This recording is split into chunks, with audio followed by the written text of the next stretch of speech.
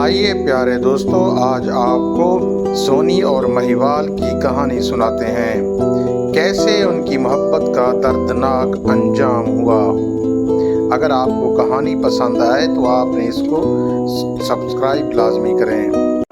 कहा जाता है कि ये मुगल बादशाह शाहजहां के अहद की बात है। दरिया चनाब के किनारे आबाद शहर गुजरात ज़रूफ साजी के हवाले से मुनफरिद मकाम और शोहरत रखता था।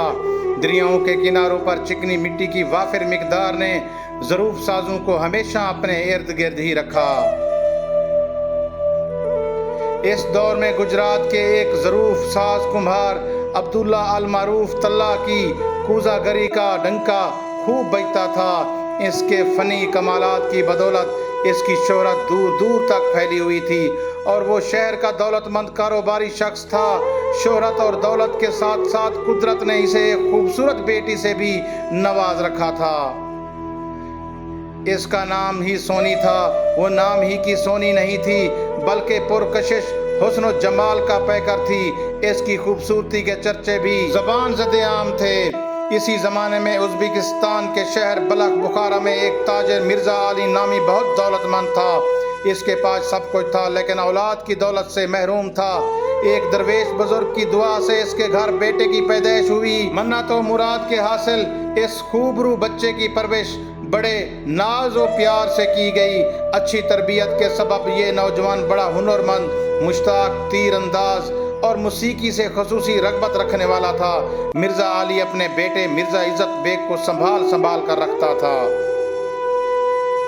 इज़्ज़त बेग बड़ा हुआ तो इसने दिल्ली की शोहरत सुनकर वालिद से दरखास्त की कि वो अपने तिजारती काफले के हमरा जाकर दिल्ली देखना चाहता है। वालिद ने बेटे को भेजने से पसोपेश से काम लिया लेकिन इसके इसरार पर इजाज़त देना ही पड़ी। मिर्ज़ा इज़्ज़त बेग अपने तिजारती काफले के साथ दिल्ली आया। शाही दरबार समेत शहर देखा। बड़े ताजर का बेटा होने के नाते इसे बहुत इज्जत और एहतराम मिला। दिल्ली के बाद इसने काफले के हमरा दूसरे मशहूर शहर देखने का भी प्रोग्राम बना लिया। इस तरह वो लाहौर देखने पहुंचा और वापसी पर था कि एक शहर के किनारे से शाम हो गई। तो काफले ने दरिया चनाब के पास पड़ाव किया। काफले वाले ताजर साथियों ने उसे बताया कि छोटा मगर ज़रूफ साजी के हवाले से मशहूर शहर गुजरात है और यहाँ के तल्ला कुम्हार के बर्तन हिंदुस्तान और हिंदुस्तान से बाहर भी मशहूर हैं। साथ ही इसकी बेटी सोनी के हुस्न जमाल का भी बड़ा जिक्र किया। इससे इज़्ज़त बेग को सोनी को देखने का तजस्सुस उभारने लगा। अगली सुबह वो बर्तनों की खरीदारी के लिए तल्ले कुम्हार की दुकान पर पहुंचा और बर्तन देखने लगा। इसे बर्तनों से कोई दिलचस्पी नहीं थी। अब्दुल्ला कुम्हार की सन्नतगरी की तरफ इसका ध्यान ही नहीं जाता था। वो तो कुदरत के करिश्मे सोनी को देखने आया था और सोनी वहाँ थी ही नहीं। थोड़ी देर बाद अचानक घर वाली तरफ से सोनी भी दुकान पर आ गई। इज़्ज़त बेग ने इसे देखा और देखता ही रह गया। सोनी इसे बर्तन दिखाने लगी मगर इज़्ज़त बेग तो पहली नज़र में ही अपना दिल हार बैठा था। ये पहली नज़र की मोहब्बत भी अजीब है। साइंस और तिब की आज तक की सारी जदीद तहकीक भी पहली नज़र की मोहब्बत का इलाज या दरियाफ्त न कर सकी। इज़्ज़त बेग सोनी का रेफ्ता हो गया। चनाब के जरखेज किनारे ऊधे नगरी की इश्क खेज सरजमीन पर मोहब्बत का बीज एक ही साथ में लगा, उगा और फल फूल गया। इज़्ज़त बेग यहीं का होकर रह गया। माल और असबाब की फरावानी थी, चुनाचा इसने दीदार यार के लिए रोज़ाना की बुनियाद पर बर्तनों की खरीदारी शुरू कर दी थी। जब इसके पास काफ़ी बर्तन हो गए और रखने की जगह नहीं रही तो इसने साथियों से मशवरा किया कि इनका क्या किया जाए। एक साथी ने मशवरा दिया इन्हें फरोख्त कर देते हैं। इज़्ज़त बेग को बात भा गई। इस तरह उन्होंने बाजार में तल्ला कुम्हार की दुकान से ज़रा दूर अपनी दुकान लगा ली और महंगे दामों बर्तन खरीद कर इन्हें सस्ते दामों बेच दिया। आहिस्ता आहिस्ता इसके पास पैसे ख़त्म होने लगे। काफले वाले साथियों ने वापसी का इसरार किया लेकिन इज़्ज़त बेग सोनी को पाए बगैर वापस जाने को तैयार ना हुआ। تو چند ساتھیوں کے علاوہ باقی قافلہ واپس چلا گیا۔ عزت بیگ کے مالی حالات خراب ہوئے تو وہ ایک بار پھر تلہ کمہار کی در پر ہی آیا اور بتایا کہ اس کا نقصان ہو گیا ہے، مقروض ہو گیا ہوں، قرض کی ادائیگی ممکن نہیں، اس کے حالات بہت خراب ہو گئے، اس لیے اسے صرف رہنے کی جگہ، کھانے پر نوکر رکھ لے۔ تلہ کمہار نے اسے گھر کام کاج کے لیے رکھ لیا اور پھر اسے بھینسیں چرانے کا کام دے دیا۔ پنجاب میں بھینسوں کو مہ کہتے ہیں، اس لیے بھینس کی چروائی پر اسے مہیوال کہا جانے لگا، یعنی بھینس چرانے والا۔ اسی دوران سونی کو پوری طرح معلوم ہو گیا عزت بیگ کی یہ حالت اس کی وجہ سے ہوئی ہے،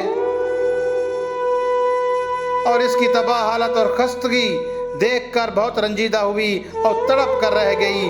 اس کا دل بھی عزت بیگ کے لیے دھڑکنے لگا۔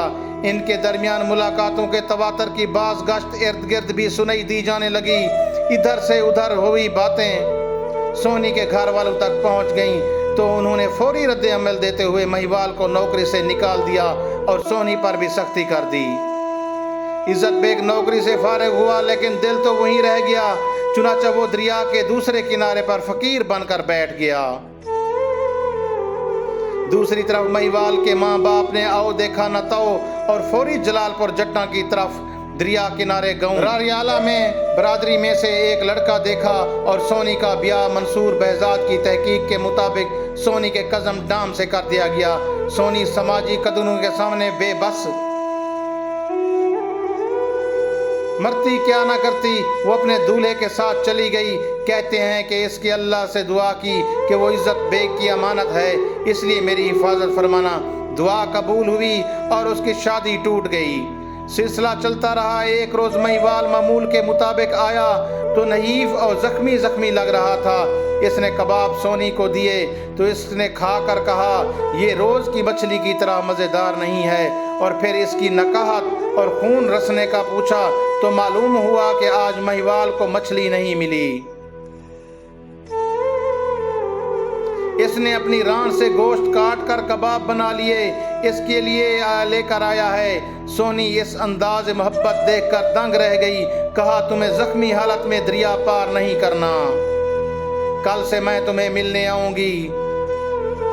وہ تیرنا نہیں جانتی تھی، چنانچہ اس نے ایک گھڑا لیا اور رات کو اسے ملنے گھڑے کے سہارے دریا پار پہنچی۔ واپسی پر دریا کنارے جھاڑیوں میں گھڑا رکھ دیتی، اگلی رات اسے لے کر دریا پار کر لیتی۔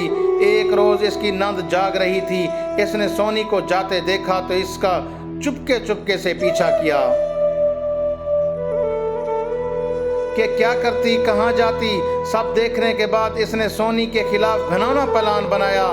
غیرت، حسد اور جلن کی ملی جلی کیفیت میں نند نے اگلے دن چپکے سے ایک نیم کچا پکا گھڑا سونی کے گھڑے کی جگہ رکھ دیا۔ اس کا گھڑا اٹھا لائی۔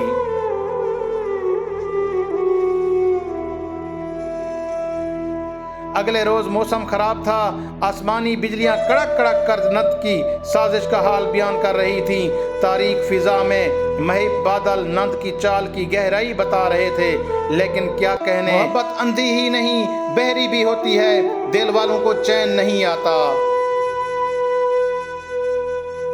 موسم کی خرابی کے باوجود معمول کے مطابق رات کو اٹھی اور جا کر اپنا گھڑا اٹھایا۔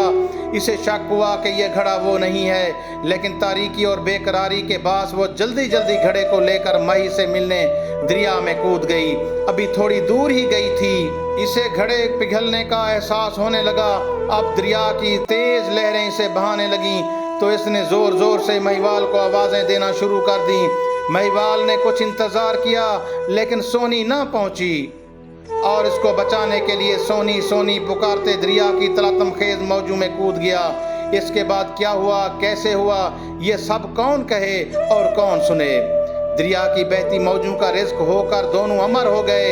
گنیش داس بڈھیرا کا کہنا ہے رالیالہ گاؤں کے قریب ہی سونی مہیوال ملے تھے۔ اس روز ڈوبتے وقت سونی نے رالیالہ کے لوگوں کو بد دعا دی تھی، شاید اسی لیے آنے والے دنوں میں دریا برد ہو گیا۔ گنیش داس کے مطابق اب صرف اس کا نام باقی رہ گیا ہے۔ رالیالہ इस वक्त की इंतजामी तकसीम के मुताबिक पट्टा जीवा वड़ैच का हिस्सा था। इस वक्त 18 देहात शामिल थे। लोग पूछते हैं इनकी लाश किधर गई, कहाँ जा सकता है चनाब का बहाव। सोनी महिवाल की इज्तिमाई कब्र बन गया। ताहम इस हवाले से कई रवायात हैं। पंजाब के दरिया एक मकाम पर दरिया सिंध में मिलते हैं, इसलिए गुमान यही है कि गहरे पानी की तेज लहरें इन्हें बहाते हुए सिंध ले गईं। सिंध के शहर शदादपुर में 2 लाशें भी बहती हुई मिलीं, जिन्हें एक बयान के मुताबिक कुछ लोगों की शनाख्त के बाद सुपुर्द खाक कर दिया गया। एक रिवायत के मुताबिक दोनों को इकट्ठे एक ही जगह दफन किया गया, लेकिन ये रिवायत हमारी तहजीबी और सकाफती रिवायत से मुतसादिम है। इसलिए शदादपुर में अलग अलग मकामात पर 2 कब्रें हैं। मई सोनी के कब्रिस्तान में सोनी का मज़ार है और परहजुम सुनार बाजार के दरमियान महिवाल की कब्र। प्यारे दोस्तों, अगर आप लोगों को कहानी पसंद आए तो आप इसको शेयर, लाइक और सब्सक्राइब लाजमी करें। हमें दीजिए इजाज़त। अल्लाह हाफिज़।